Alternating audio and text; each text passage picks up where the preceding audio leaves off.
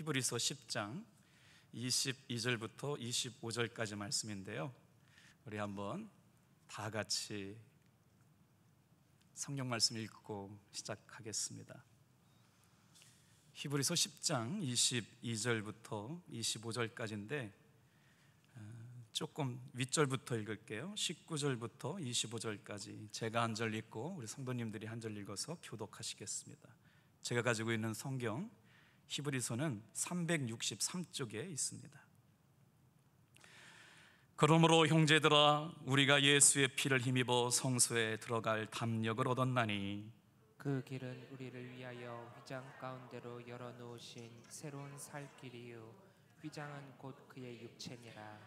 또 하나님의 집 다스리는 큰 제사장이 계심에 우리가 마음의 뿌림을 받아 악한 양심으로부터 벗어나고 몸은 맑은 물로 씻음을 받았으니 참 마음과 온전한 믿음으로 하나님께 나아가자. 또 약속하신 이는 믿으시니 우리가 믿는 도리의 소망을 움직이지 말며 굳게 잡고 서로 돌아보아 사랑과 선행을 격려하며. 다 같이 한번 읽겠습니다.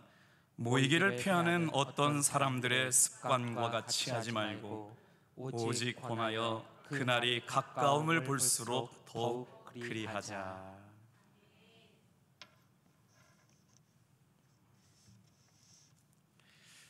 세상 모든 것에는 원칙이 있고 원리가 있고 도리가 있잖아요. 예수 믿는 신앙의 삶에도 도리가 있습니다. 늘상 들었던 것이지만 나는 무엇을 믿는가를 생각하다 보면 믿기는 믿는 것 같은데 제대로 믿는 것일까를 대답해 보라고 그러면 어디서부터 어디까지 대답해야 될까 난감할 때가 참 많죠. 그래서 오늘은 히브리서 10장 말씀에 믿음의 도리를 굳게 잡으라는 말씀에 의지해서 잠시 생각해 보려고 합니다. 자, 다 같이 한번 따라해 주실래요? 믿음의 도리는 예수 그리스도를 굳게 잡는 것입니다. 자, 다시 읽어볼게요. 23절이요. 같이 읽겠습니다. 시작. 또 약속하시는 이는 믿으시니 우리가 믿는 도리의 소망을 움직이지 말며 굳게 잡고.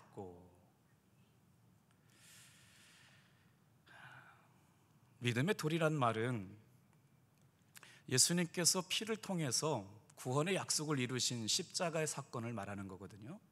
그래서 믿음의 도리를 붙잡는다 그럴 때는 성도가 예수님의 십자가를 붙잡고 사는 생활이라고 설명할 수 있겠습니다. 예수님께서 한 번 십자가에서 흘리신 구원의 제사의 피는 한 번 흘리셨지만 영원한 피의 제사였기에 구약의 제사 정교에서 흘렸던 모든 제사를 단번에 이루신 영원한 제사입니다. 한 번 구원받은 사람은 영원한 구원이 보장된 줄로 믿습니다. 그럼에도 불구하고 우리 감리교회는 웨슬리 목사님이 성화라고 하는 교리를 가르쳐 주셔서 두렵고 떨림으로 주님의 구원이 임할 때까지 우리의 신앙을 견고하게 붙잡으라고 말씀하여 주셨죠. 다시 한번 우리가 붙잡고 있는 십자가의 도리, 믿음의 도리를 새겨보는 시간 가지려고 그러거든요. 첫 번째, 오해와 진실을 좀 한번 먼저 자로잡고 갈게요. 자, 영생이라고 하는 것에 대한 오해입니다. 믿음의 도리 가운데 영생 그러면 죽어서 천국 가는 것에 대해서만 한정지어 생각할 때가 많은데 진짜 진실은 뭐냐? 하나님의 구원은 지금부터 시작되어서 죽음도 중단시킬 수 없는 하나님의 은혜가 이 땅에 사는 동안 우리를 통해 나타나시는 하나님의 구원도 포함되어 있음을 믿으시길 바랍니다. 그래서 막연하게 죽어서 가는 천국만이 구원이 아니고 신앙의 삶이라고 하는 것은 이 땅에서도 하나님의 나라와 복음과 하나님의 선교를 위하여 살아가는 것, 이것도 포함된 구원인 줄로 믿어요. 그 말씀의 근거를 한번 요한복음 17장 3절로 우리 한번 같이 찾아볼게요. 자, 요한복음 17장 3절 말씀 좀 찾아보겠습니다. 저쪽에 나와 있어요. 같이 읽어볼까요? 시작. 영생은 곧 유일하신 참 하나님과 그가 보내신 자 예수 그리스도를 아는 것이니라. 오늘 수요일 날 예배를 드리면서 믿음의 도리를 굳게 잡고자 말씀을 준비하면서 이런 기도를 드렸어요. 하나님, 오늘도 하나님의 살아계심을 아는 사람 되게 도와 주시옵소서. 우리가 매일매일 기도하고 예배를 드리면서도 하나님이 어디 계신가, 너무 멀리 계신 것 같고 내 기도는 듣지 않는 것 같지만 성경은 뭐라고 말씀하시느냐? 하나님을 아는 자가 영생을 소유한 자라는 거예요. 그것은 24시간 365일 주님을 묵상하면서 주님이 내 삶에 함께 계신다는 걸 매일매일 확인할 수 있다는 약속의 말씀인 줄로 믿습니다. 그래서 사귐이라고 하는 게 뭐예요? 영생이라고 하는 것, 하나님 아버지와 그가 보내신 자 우리 주 예수 그리스도를 믿는 삶 안에서 하나님을 경험하게 되는 놀라운 은혜가 영생인 줄로 믿습니다. 목회자는요, 교회에 새 가족이 오면 늘 심장이 뜁니다. 오늘 은행 업무를 보고 교회에 이렇게 들어오는데 한 분이 신천지 현수막을 이렇게 유심히 보고 계셨어요. 그래서 정중하게 어떻게 오셨냐고 그랬더니 당신께서는 3주 전에 당진에 이사를 오셨대요. 교회를 선택하려고 그러는데 자기 여동생이 이 지역에서 호식이 2마리 치킨을 하시는데 교회를 가려면 탑동교회를 가라고 말씀하셨답니다. 할렐루야. 왜 그러냐 그랬더니 원로 목사님을 보시고 말씀하셨겠죠. 그랬더니 탑동교회 목사님이 후덕하시고 얌전하시대요. 이렇게 웃어주시는 분들은 저일 수도 있다고 생각해 주시는 분들이라고 믿어요. 모르긴 모르지만 그분이 호식이 2마리 치킨을 하는 여동생이 교회를 가시려고 그러면 탑동교회를 가십시오. 그래서 탑동교회를 구경 오셨다가 저를 만나게 됐어요. 원자력 발전소에서 큰 일도 하시고 이제 당진에서 인생의 마무리를 하려고 그러는데 주변에 교회가 많지 않습니까? 그런데 이상하게 탑동교회를 오고 싶어서 오셨대요. 여러분, 이런 일들이 그냥 일어나는 일일까요? 5월 첫째 주부터 우리 예배가 재개될 때 하나님께서는 선물과 같이 은혜를 더하여 주시는 줄 믿습니다. 그게 하나님을 아는 거예요. 제가 알 수 있는 하나님을 안다고 하나님을 경험하는 방법은 없는 거예요. 새벽에 예배를 귀하게 성도들이 여겼잖아요. 정말 설교도 못한 채 한 달을 침묵으로 기도했던 그때 이쪽 저쪽에서 권사님들, 얼마나 많은 분들이, 장로님들도 예배가 재개되길 원해서 기도했어요. 그리고 감격 없이 드렸던 예배, 감동 없이 드렸던 예배, 익숙하게 드렸던 그 예배 가운데 하나님의 말씀을 귀하게 여기지 못하고 찬양을 귀하게 여기지 못하고 그냥 그럭저럭 드렸던 그 예배가 얼마나 귀했던 건가를 깨닫게 하시니까 예배가 시작되는 시점에 맞춰서 3주 동안 기도하시고 교회를 찾던 분이요, 이 자리에 와 계세요. 할렐루야. 집사님 나가실 때 등록하시고 가시길 축복합니다. 자, 그래서 늘 우리가 소망하는 게 있어요. 주님, 오늘도 감사합니다. 믿음의 도리를 붙잡고 살려고 살았더니 만날 사람을 만나게 하시고 도울 사람을 붙여주시고 하나님이 써가시는 인생의 이야기를 경험하게 하셔서 하나님을 알게 하신 줄로 믿습니다. 여러분, 신앙의 깊이가 깊어진다는 게 뭘까요? 저 사람은 참 믿음이 좋아, 저분은 참 신앙의 인격이 훌륭해. 뭘까요? 매일 하나님을 아는 지식이 깊어져 가는 사람이에요. 그러다 보니까 어떤 일이 있어도 흔들리지 않는 믿음의 사람이 되는 거예요. 오늘 이 귀한 수요 예배에도 나오신 사랑하는 성도 여러분, 기도하실 때 하나님을 아는 지식이 매일 경험되어지게 도와 주시옵소서. 사귀어보지 않으면 모르잖아요. 그렇습니다. 자, 두 번째, 복음에 대한 오해를 좀 바로잡으려고 그래요. 복음은 천국에 들어가기 위해서 충족시켜야 할 성도의 믿음 안에 최소한의 조건을 충족시키는 것이다. 그러니까 복음 그러면 예수님을 믿음으로 말미암아 천국에 들어가게 한 최소의 조건을 충족시키는 것이라고 생각하는 사람들이 많아요. 진실은 뭘까요? 우리 지금부터 복음의 진실, 마태복음 6장 30절에서 34절을 같이 읽어보려고 그래요. 우리 한번 찾아보겠습니다. 마태복음 6장 30절에서 34절. 자, 제가 한 절 읽고 우리 성도님들이 한 절 읽어서 교독할게요. 오늘 있다가 내일 아궁이에 던져지는 들풀도 하나님이 이렇게 입히시거든 하물며 너희일까 보냐 믿음이 작은 자들아.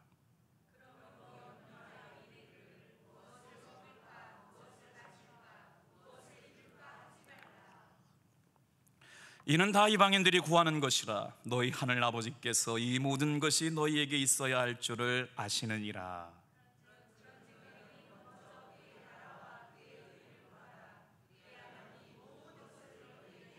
34절 같이 읽어요. 시작. 그러므로 내일 일을 위하여 염려하지 말라. 내일 일은 내일이 염려할 것이요 한날의 괴로움은 그날로 족하니라. 할렐루야. 염려를 달지 않고 사는 사람이 어디 있어요? 어제는 어제 때문에 근심하고 오늘은 오늘 때문에 근심하고 내일은 내일 일어날 일 때문에 근심하고 사는 게 우리 인생인데, 오늘 이 말씀은 어렵지 않아요? 내일은 내일이 근심하게 해라.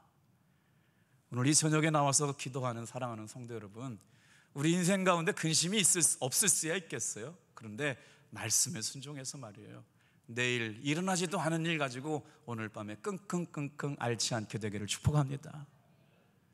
근심이 깊어지니까 뭐라고 잠언에 말씀해요? 뼈가 녹았대요. 밤잠을 이룰 수가 없죠. 독소가 나왔어요. 도저히 잠을 이룰 수 없는 상태가 되다 보니까 새벽이 오는 게 두렵잖아요. 은혜 받으면 뭐예요? 내일이 오는 것이 기대하지는 것이죠.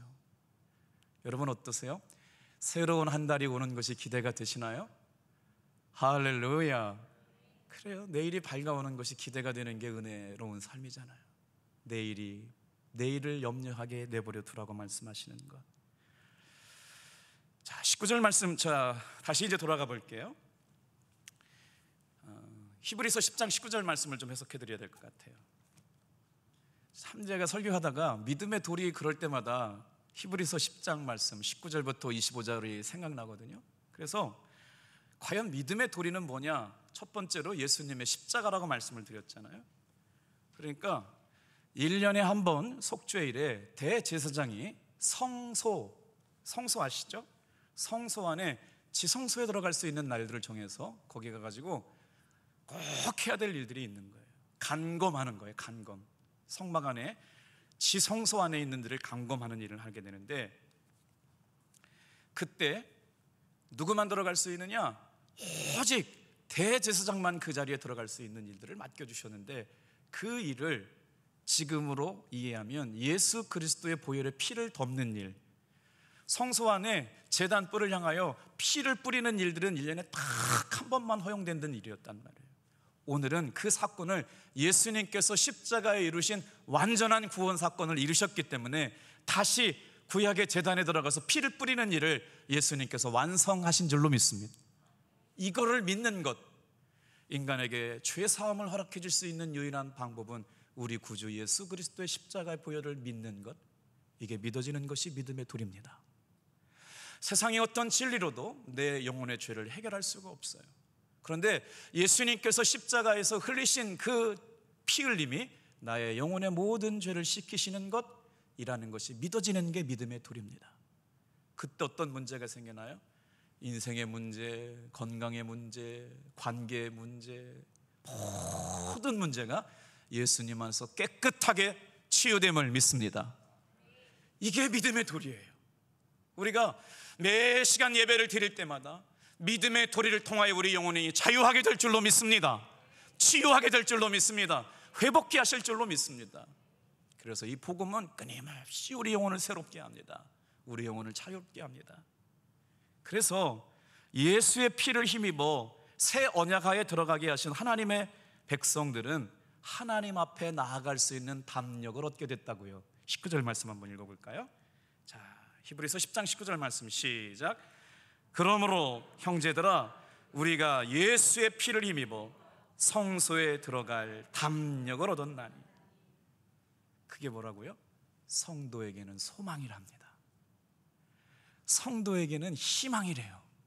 예수님께서 나 같은 죄인을 위해서 십자가에서 흘리신 보배로운 피를 믿으면 은혜 보좌 앞에 나갈 수 있는 기회를 얻게 되는 것, 오늘 이 시간에 나와서 예수님의 피를 믿음으로 말미암아 하나님의 은혜의 보좌 앞에 나갈 수 있는 기회를 얻는 것, 이걸 믿는 게 믿음의 도리래요.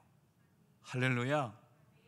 참 설명하면 설명할 수 있을수록 어렵지만 깨달아지면 깨달을수록 깊이가 있는 예수님의 십자가의 도가, 오늘도 방송을 통해서 보시는 분들, 병상에서 삶의 위기 가운데 아픔에서 예수님의 십자가의 보혈의 피가 우리의 삶에 소망을 주시는 힘인 줄로 믿습니다.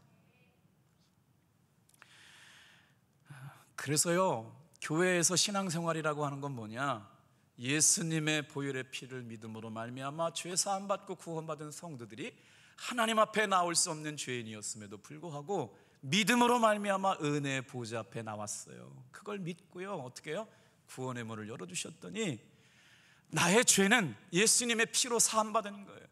죄가 없어지지 않았지만 예수님의 보혈로 덮음받아서 하나님께서 간구하시겠다는 거예요. 있지만 없는 걸로 채워주시겠다는 거예요. 죄가 남아있음에도 불구하고 예수님께서 덮어주신 그 보혈의 피의 능력 때문에 내 죄를 보지 않고 예수님의 십자가의 능력으로 덮어주시겠다. 이게 구속의 은혜인 줄로 믿습니다.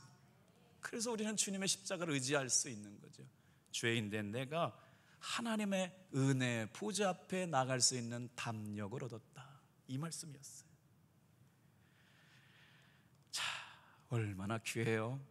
사랑하는 성도 여러분, 오늘 하루도 얼마나 어려운 일이, 경제적인 일들, 또 말할 수 없는 탄식이 나는 일들, 해결되지 않는 문제가 있어도요, 은혜의 보좌 앞에 나올 수 있는 예수님의 피를 의지해서 나오셨고요, 예배 자리에서 기도할 때 사람이 할 수 없는 하나님이 하시는 일들을 보게 될 줄로 믿습니다.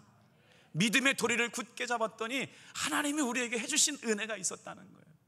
오늘 이 예배를 통해 내 힘 가지고 못나는 것, 내 능력 가지고 못하는 것들 말이에요, 은혜의 보좌에 나아갈 수 있는 믿음의 도 담대하게 붙잡고 은혜의 보좌 앞에 나오신 분들을 하나님께서 주목하여 보실 줄로 믿습니다.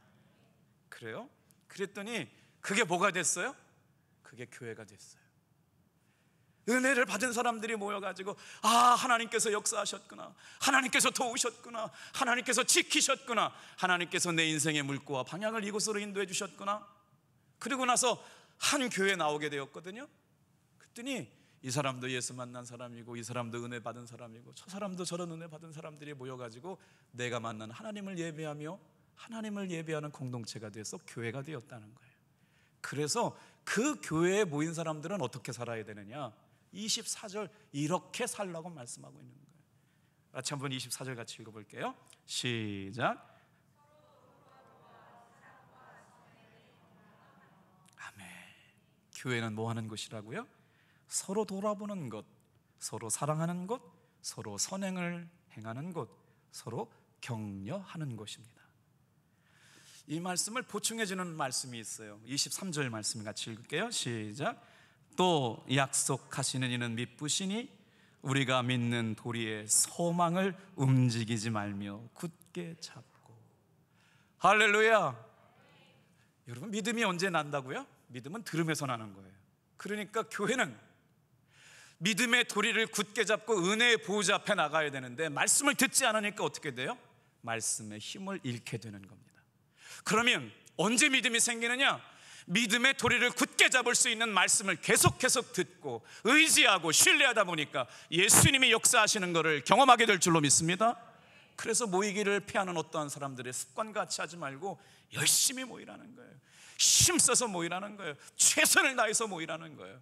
할렐루야. 그랬더니 하나님께서 그렇게 모인 사람들을 교회라고 만들으셨는데, 교회에 모인 사람들이 해야 될 일들이 있다는 거예요. 24절이요. 오늘 이 말씀을 들으면서 그래서 참 감사했어요. 지난주 통계가 이렇게 신령상 형편 보고서가 다 들어왔잖아요. 60% 정도까지 속회가 다 회복되었네요.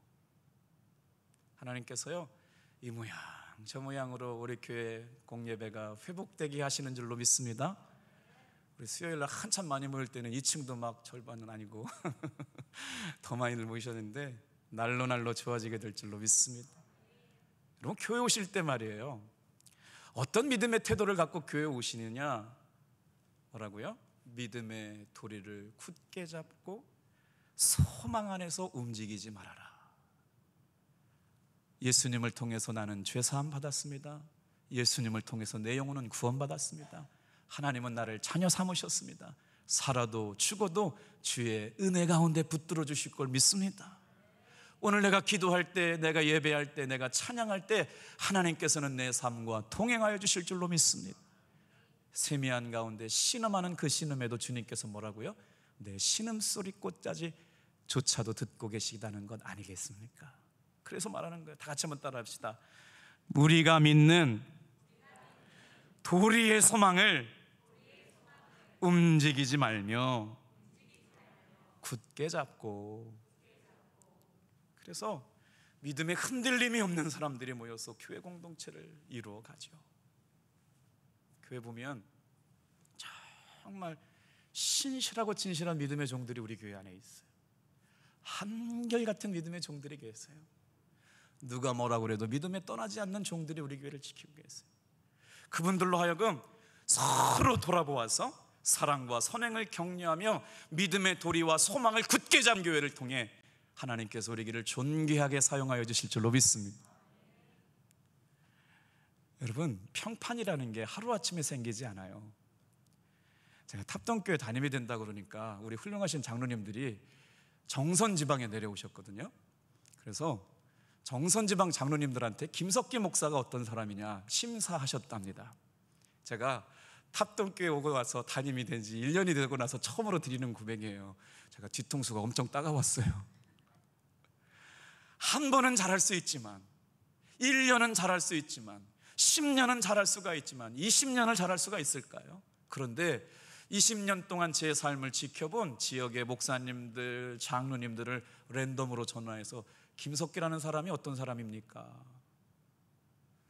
장로님들이 저한테 좋은 얘기만 해주셔서 그런지 모르겠지만요, 한 사람도 나쁘다고 얘기 안 했기 때문에 제가 담임됐대요. 모르겠어요. 욕한 분은 빼고 좋은 말씀만 해주신 분만 얘기해 주셨는지는 제가 못 들었지만 정선에서 저를 20년 가까이 지켜보신 분들이 나쁘다고 얘기를 안 했대요. 그랬더니 우리 장로님들 얼마나 지혜로우신지 한 말씀 더 하셨대. 그러면 사모는 뭐 어떻대요? 사모도 그럭저럭 하대요. 그래가지고 오게 된 거예요. 이런 걸 뭐라고 그래요? 하나님의 은혜라고는 밖에는 설명할 수가 없는 줄로 믿습니다. 그렇지 않아요, 여러분? 우리가 돌아봐서 사랑과 선행을 격려하며 그렇게 하는 일을 지속하라고 하는 말씀입니다. 믿음의 공동체, 교제하는 공동체, 격려하는 공동체. 예수님의 십자가의 보혈로 하나가 된 교회가 둘로 갈라지지 않고 오직 복음 앞에 하나가 되고 연합하고 교제하는 교회, 건강한 교회고 주님이 기뻐하시는 교회가 될 줄로 믿습니다. 그래서요, 여기에 하나가 더 필요해요. 위로는 혼자 하는 게 아니라고요. 위로는요, 쌍방향 위로가 필요해요. 아멘. 한 사람만 일방적으로 위로하는 건 절대 위로가 될 수가 없어요. 위로를 받은 사람이 누군가 다른 사람을 위로해야 진정한 위로가 될 수 있어요. 우리 속회가 그런 속회 되기를 축복합니다. 우리 예배가 그런 예배 되기를 축복합니다. 위로가 필요한 사람들, 격려가 필요한 사람들이 교회에 온다고요. 한번 잘 생각해 보세요. 우리가 예수 믿었던 처음 때를 생각해 보세요. 위로가 필요하지 않으셨어요? 여러분이 예수 믿게 됐을 때 격려가 필요하지 않으셨던가요? 아마 이번 주부터 계속해서 새 가족들이 오게 될 터인데, 이번 주부터 이제 등록하시는 분들이 계속 나오거든요. 세상에 말이에요, 우리 저 성문에서 오시는 귀한 믿음의 새 가족이요, 지난주 인사하시고 가시대요. 목사님, 저 전도했어요. 왜들 안 좋아하세요? 이분 우리 교회 지금 첫 주 나오고 두 번째 나왔거든요. 세 번째 나오셨나? 그런데 다음에 오실 때 전도해서 오신대요. 전도가 뭔지 알고 하셨는지 모르겠지만 아무튼 누군가 한 사람을 데리고 온다는 거 아니겠어요? 얼마나 감사합니까? 이분 방송 보시고 계실지 모르겠지만 저한테 이렇게 얘기했어요. 목사님, 저 집사 되고 싶어요. 우리 교회가 좋아 보이고 우리 성도들이 좋아 보이고 예수 믿는 사람들이 좋아 보이니까 친구에게 권면하고 함께하고 싶고 내 친구도 데리고 오고 싶은 거 아니에요. 여러분, 우리 교회 소문이라고 하는 게 하루아침에 만들어지겠어요? 그래도 우리를 지켜보고 있던 지역사회 주민들이 교회를 가시려면 탑동교회를 가시라고 했던 것은 우리 교회가 가지고 있는 아름다운 전통이 되게 될 줄로 믿습니다. 하루아침에 만들어지지 않아요. 소문이라고 하는 게, 정체성이라고 하는 게 하루아침에 만들어지지 않잖아요. 그런데 정말 중요한 순간에 그렇게 평가받을 수 있다는 것, 우리 탑동교회 성도들이 칭찬받아 마땅할 줄 믿습니다. 제가 가끔씩 유기성 목사님 설교를 참 많이 듣는데, 그 목사님이 평생 목회하시면서 선언을 하셨어요. 65세에 은퇴하시겠다고요. 그러면서 당신께서 이루시고 싶은 주님의 갈망을 따라 건강한 교회를 만들고 싶은 교회가 뭐였냐 묻는 사람한테 이렇게 대답하셨더라고요. 사랑으로 소문난 교회. 그래서 선한 목자 교회를 물어보면 그 교회는 사랑으로 소문난 교회가 되었습니다 라고 하는 걸 제일 잘한 일이라고 보시게 되는 거죠. 우리 탑동교회를 바라보는 지역 사람들이 뭐라고 얘기할까? 물론 하나님께서 인정하시는 것도 중요하지만 우리들이 만들어가는 신앙공동체의 이야기, 5월 한 달 온 가족과 함께 예배드리면서 우리 자녀들과 신앙의 미래 세대가 은혜 가운데 회복되어지기를 주님의 이름으로 축복합니다. 자녀들과 함께 드리는 한 달 예배 기대합니다. 그래서 서로 돌아보아 사랑과 선행을 격려하라고 말씀하시고 있네요. 자, 이제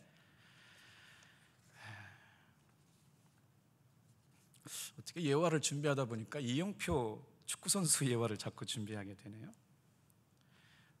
이 선수가 책을 썼어요. 생각이 내가 된다.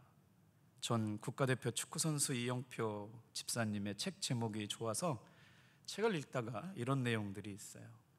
생각이 내가 된다. 믿음이 내가 된다. 어느 날 사과 하나를 베어 물었는데 너무 맛있는 거예요. 눈물이 핑 하고 터졌습니다. 맛있는 사과를 베어 물다가 왜 눈물이 터졌을까? 이영표 선수의 머릿속에 무엇이 지나가고 있나 하니, 내가 이 사과 한쪽을 먹기 위해서 오래전부터 사과나무를 심은 사람이 있구나, 그런 곳에 생각이 미치게 되었습니다. 지난 1년 동안 사과 한 개를 위해서 애쓴 농부가 있었겠구나. 내 입까지 전달해준 사람이 있다는 유통 과정을 생각하게 된 것입니다. 내가 하는 몸짓, 내 삶, 내 말 한마디, 내 행동 하나가 다른 사람에게 이 기쁨을 줄 수 있구나, 그런 얘기입니다.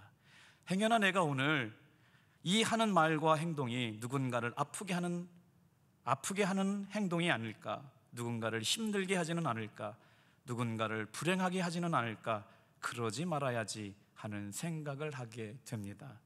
생각이 내가 됩니다. 오늘 교회에 이렇게 벚꽃나무 아래 계신 분을 순간적으로 저분은 교회를 찾으시러 오신 곳이구나 생각을 해서 목양실로 이렇게 인도해서 차를 대접하면서 이런저런 얘기를 했더니요, 저하고 삶의 이력이 겹치는 데가 많더라고요. 정선에서 초등학교를 다니셨대요. 울진 원자력발전소에 근무하시면서 교회를 다니셨는데, 울진 감리교회 우병남 목사님이 제 박사본 동기인데 그 교회를 다니셨대요. 그리고 나서 3주 전에 이사를 오셨는데 오시자마자 교회를 오실 것처럼 말씀하셔서 이렇게 말씀을 드렸거든요. 근데 그분이 하신 말씀이 이렇게 감동이 되네요. 목사님, 교회 주변이 너무 아름답습니다. 이 벚꽃나무를 누가 심으셨나요?